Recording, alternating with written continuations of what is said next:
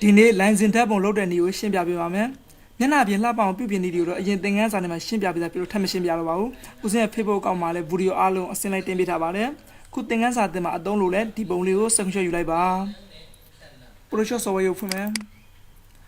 File Open ခုနက screenshot ယူထားတဲ့ပုံလေးကို select မှတ်လိုက်မယ်နော် Open ကိုနှိပ်လိုက်ပါမယ်ပုံလေးပွင့်သွားပြီပေါ့ဦးစင်းတို့မြန်မာလူမျိုးတွေကပေတို့လက်မာလို့နဲ့ပဲပုံပြောကြပါတယ်ဒီမီလီမီတာလို့စင်တီမီတာလို့မသုံးဘူးเนาะဒါကြောင့်ဦးစင်းတို့ရဲ့ Photoshop format ကိုလည်း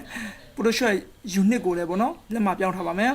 အဲ့လိုပြောင်းလို့ edit ထဲဝင်မှာ edit ထဲဒီမှာ preference ဝင်မှာ preference နေလဲပြီးတော့ဒီမှာ unit and ruler ဆိုရှင်เนาะအဲ့မှာတော့လို့ check လိုက်ပ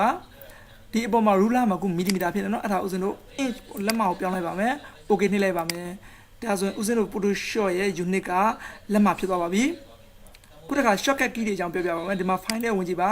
နှယူဆိုရင်ဒီမှာ control n လို့ပြတာဒါဆိုဒီကနှယူကိုနှိပ်ရတယ်လို့ keyboard ကနေ control နဲ့ n ကိုတွက်နေလို့ရှိရင်ဒါအသစ်ပေါ်လာမှာပေါ့နော်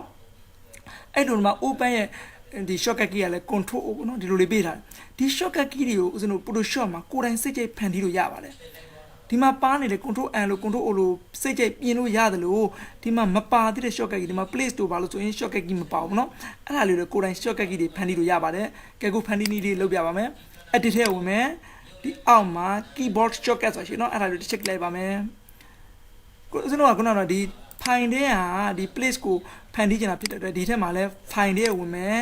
file ထဲဦးဇင်းတို့ place ကိုသွားရှာလိုက်ပါမယ်ဒီမှာ place တွေ့เนาะအဲ့ပေါ်တစ်ချက်လိုက်ပါမယ်ဒီကွက်ကလေးပေါ်လာအဲ့ထဲမှာကိုထည့်ခြင်းတဲ့ shortcut key ကိုထည့်ခြင်းတို့ထည့်လို့ရပါတယ်ကဲဦးဇင်း F1 လို့ထည့်လိုက်ပါမယ်ဒီမှာ F1 ပေါ်နေပြီเนาะအောက်က F7 ကိုနှိပ်လိုက်ပါ F7 okay ကိုနှိပ်လိုက်ပါဒါဆိုရင်ဦးဇင်းတို့ဒီ file ကနေလဲပြီးတော့ဒီ place ကိုနှိပ်လို့ရတယ်လို့အဲ့ဒီလိုမနှိပ်ချင်လို့ရှင် keyboard ကနေ F1 ကိုနှိပ်လိုက်လို့ရှင် place box လေးပေါ်လာပါပြီခုလို shortcut key တွေကိုဖန်တီးလို့ရပါတယ်ကဲဓာတ်ပုံလေးကို line ဓာတ်ပုံစလုပ်ကြရအောင်ဒီ line ဓာတ်ပုံလေးကိုဦးဇင်းတို့အယောင်အရင်သွင်းကျင်သေးလို့ရှင်သွင်းလို့ရပါတယ်အဲ့လိုအယောင်သွင်းဖို့အတွက် image ထဲဝင်ပါ image နဲ့ adjustment ပေါ့နော် adjustment ကနေပြီးတော့ဒီမှာ color balance ဆိုကြည့်နော် keyboard ကနေလောလောကူဆို control B ကိုနှိပ်လို့ရပါတယ်ဒီမှာအယောင်လေးထည့်လို့ရတယ်နော်ကိုစိတ်ကြအယောင်လေးနည်းနည်းလေးထပ်ပြီးတော့ဖြည့်လိုက်ပါဒီဘက်ကိုနည်းနည်းလေးမရမ်းအောင်လေးထပ်ပြီးထည့်လိုက်ပါတယ်ကဲကြိုက်ပြီဆိုတော့ okay နှိပ်လိုက်ပေါ့ကဲဒါလေးကိုပုံဖြတ်တော့မယ်ဖြတ်ဖို့အတွက်တူးပေါက်ထဲကနေ crop ကိုသွားယူပါ crop ယူတိုင်းနော်ဒီအပေါ်မှာ width နဲ့ height တွေ့ရပါလိမ့်မယ်ဒီ option bar မှာကိုထည့်ချင်တာထည့်လို့ရပါတယ်ဓာတ်ပုံတွေကတစ်ခုနဲ့တစ်ခု size မတူပါဘူးတချို့ line စဉ်ဓာတ်ပုံတွေက size တစ်မျိုးဘွဲယူတဲ့ဓာတ်ပုံကတစ်မျိုး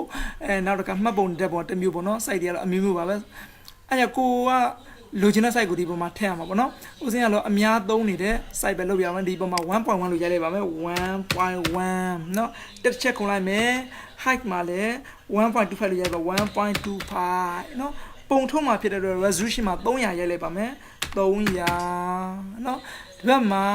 basic in ကိုရွေးထားเนาะခုလိုရွေးပြီးသွားပြီဆိုရင်ဒီပေါ်မှာ crop tool လေးနဲ့ပုံလေးကိုဖြတ်လိုက်ပါမယ်ဒီပေါ်နဲ့ fit လို့ဆိုလိုက်ပါဟောဒီမှာပုံလေးရိုင်နော်ဒီကလေးကိုကျွန်တော်အနေတော်ဖြစ်အောင်ထားလိုက်မှာနော် lens ဓာတ်ပုံဆိုလားဒီအပေါ်နဲ့ကက်လို့လည်းမကောင်းအောက်နဲ့ကက်လို့လည်းမကောင်းဘူးနော်ဒီလိုမျိုးလေးအနေထားလေးကိုစိတ်ကြိုက်ကလေးထားလိုက်ပါနော်ဒါလေးကိုကျွန်တော်ကြိုက်ပြီဆိုလို့ရှိရင်တော့ keyboard ကနေ enter နှိပ်လိုက်ပါမယ်အော်ဒီမှာပုံလေးရသွားပြီဒီပုံလေးကိုကျွန်တော်ဖြတ်သားချင်ဖို့တော့ဘေးကအဖြူဘောင်းလေးလုပ်မယ်ပေါ့နော်အဲ့လိုလုပ်ဖို့အတွက် image ထဲဝင်မှာ image ထဲကနေပြီးတော့ဒီမှာ canvas size ဆိုရှင်နော်အဲ့ canvas size ထဲမှာဖြတ်သားချင်ဖို့လုပ်မယ်ဒီမှာအရင်ဆုံးဒီ relate တင်မှာအမှန်ချစ်ထားဒီဘက်မှာ လက်မှာပြောင်းထားမယ်နော်ဒီ width မှာကျတော့ဘယ်လောက်ထားခြင်းလဲ 0.1 လောက်ပဲထားမယ်နော် 0.1 နဲ့ 0.1 နဲ့အတူတူပါပဲ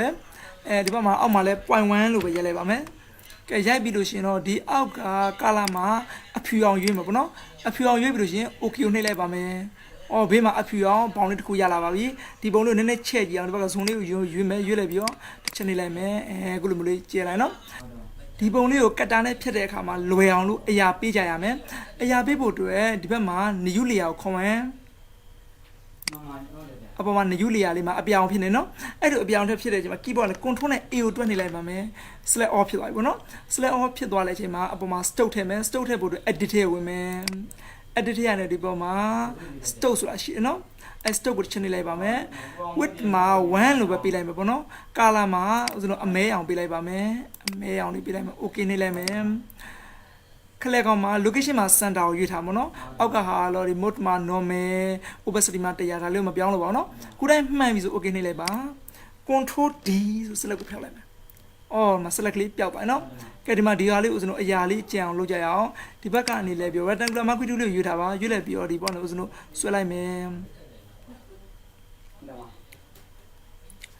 ဒီပုံလေးနဲ့ကွက်တီဖြစ်သွားတဲ့အခါမှာ keyboard ကနေ delete ကိုနှိပ်လိုက်ပါမယ် control D ဆိုပြန်နေပါဟောအပေါ်မှာအရာလေးတစ်ခုပြောက်သွားနော်အလားတူပဲဒီဘက်ကလည်းခုနလိုင်းလေးထပ်ဆွဲလိုက်မယ် keyboard ကနေပြီးတော့ delete ကိုနှိပ်လိုက်မယ် control D ဆိုဆက်လက်ပြောက်လိုက်မယ်ဆက်လက်ဖြောက်လိုက်ပြီနော်ဒါဆိုဒီဘက်ဘေးမှာအရာလေးတွေပေါ့ဒီညကနေပြီးတော့ cutter လေးနဲ့ဖြတ်မယ်ပေါ့ကဲဒီပုံလေးရပြီဒီပုံလေးဦးဇင်းတို့ pattern သွင်းမယ်ပေါ့နော် pattern သွင်းဖို့အတွက်ဦးဇင်းတို့ edit ထဲဝင်မယ် edit ထဲကနေလဲပြီးတော့ဒီမှာ define pattern ဆိုတော့ကျွန်တော်အဲ့ define pattern ကိုတစ်ချက်လိုက်ပါမယ်ဒီမှာဒီပုံလေးဒီမှာဝင်နေပါပြီ pattern လေးကိုပေးချင်တာပေးလို့ရပါတယ်မပေးချင်တဲ့ design ထားလို့ရပါနော် okay ပဲနှိပ်လိုက်ပါမယ်ဒါဆို pattern ဝင်သွားပြီပေါ့ကဲ site အသစ်ခေါ်ကြရအောင် find ထဲဝင်မယ် new ကိုဝင်မယ်